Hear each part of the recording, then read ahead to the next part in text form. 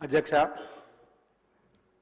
గృహజ్యోతి పథకం ఇందిరమ్మ రాజ్యానికి నిదర్శనంగా మనకు పల్లెల్లో కనిపిస్తుంది అధ్యక్ష. పేదలకు ఉపయోగపడే పథకాలు మొదటి నుంచి కూడా కాంగ్రెస్ పార్టీ ప్రభుత్వం ఉన్నప్పుడే మనకు వచ్చినటువంటి సందర్భాన్ని గుర్తు చేస్తూ ప్రధానంగా ప్రజాపాలన ఇందిరమ్మ రాజ్యం 2 సంవత్సరాల క్రితం వచ్చిన సందర్భం నుంచి ఈ 200 యూనిట్లు కరెంటు కాల్చుకునే వరకు మనకు ఉచితంగా కరెంటు అందిస్తున్నాం. కరెంటు బిల్లు కడతలేరు అధ్యక్ష. అంతకంటే ముందు మన ప్రభుత్వం ఇందిరమ్మ రాజ్యం రాకంటే ముందు బీఆర్ఎస్ ప్రభుత్వ హయాంలో వరుసగా 3 మాసాలు కరెంటు బిల్లు కట్టపోతే కరెంటు కట్ చేసేవాళ్ళు అధ్యక్ష. కరెంటు వాళ్ళు పోయి పేదలకు ఇబ్బందికరమైన పరిస్థితి వాతావరణం ఆ రోజు కరెంటు బిల్లు కట్టేటప్పుడు.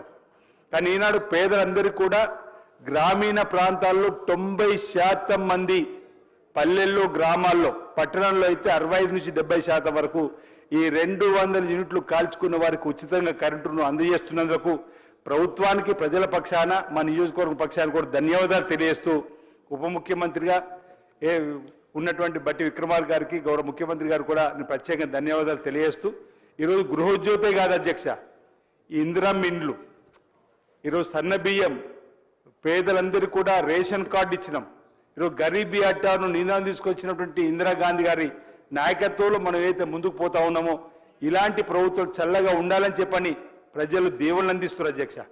ఈరోజు ఇల్లు లేని అందరికీ ఇల్లు కట్టించే బృహత్తరమైన కార్యక్రమం ఆనాడు ఇందిరమ్మ ప్రారంభం చేసింది. ఇప్పుడు మధ్యలో 10 డబుల్ బెడ్రూమ్ అన్నారు అధ్యక్ష. ఏ పల్లెల్లో ఏ గ్రామాల్లో ఒక డబుల్ బెడ్రూమ్ కూడా ఇవ్వని పరిస్థితి ప్రజలు గుర్తిస్తున్నారు అధ్యక్ష. ఈరోజు మన నియోజకవర్గం 3 ఇల్లు ఇచ్చిన సందర్భంలో గృహనిర్మాణ శాఖ మంత్రులు పెద్దలు శ్రీనివాసరెడ్డి గారి నాయకత్వం కూడా జరుగుతున్నటువంటిది.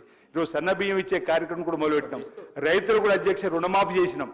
ఈరోజు ఈ విధంగా పేదలకు ఉపయోగపడేటువంటి ప్రతి కార్యక్రమంలో ఈరోజు గృహజ్యోతి కూడా ఆడతల్లు ఆర్టీసీ బస్సులు ఉచిత ప్రయాణం చేస్తున్న అంశంలో పేదలకు ఈరోజు ఈ గృహజ్యోతి పథకం ద్వారా చాలా మేలు జరుగుతుంది. ఈ సందర్భంగా ప్రభుత్వానికి ప్రజల పక్షాన నేను ధన్యవాదాలు తెలియజేస్తా ఉన్నా. నాకు అవకాశం ఇచ్చినందుకు గౌరవ స్పీకర్గా మీకు నా వైపు నుంచి ధన్యవాదాలు తెలియజేస్తున్నా అధ్యక్ష.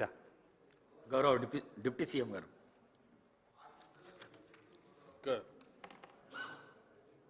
అధ్యక్ష, గౌరవ సభ్యులు చాలా అంశాలు ఈ స్కీమ్ గురించి అభినందిస్తూ కొన్ని అంశాలు కూడా దృష్టి తీసుకొచ్చారు అధ్యక్ష. నిజమే, ఈ స్కీమ్ వల్ల రాష్ట్రంలో ఉన్నటువంటి దాదాపు 1,15,00,000 కుటుంబాలు ఉంటే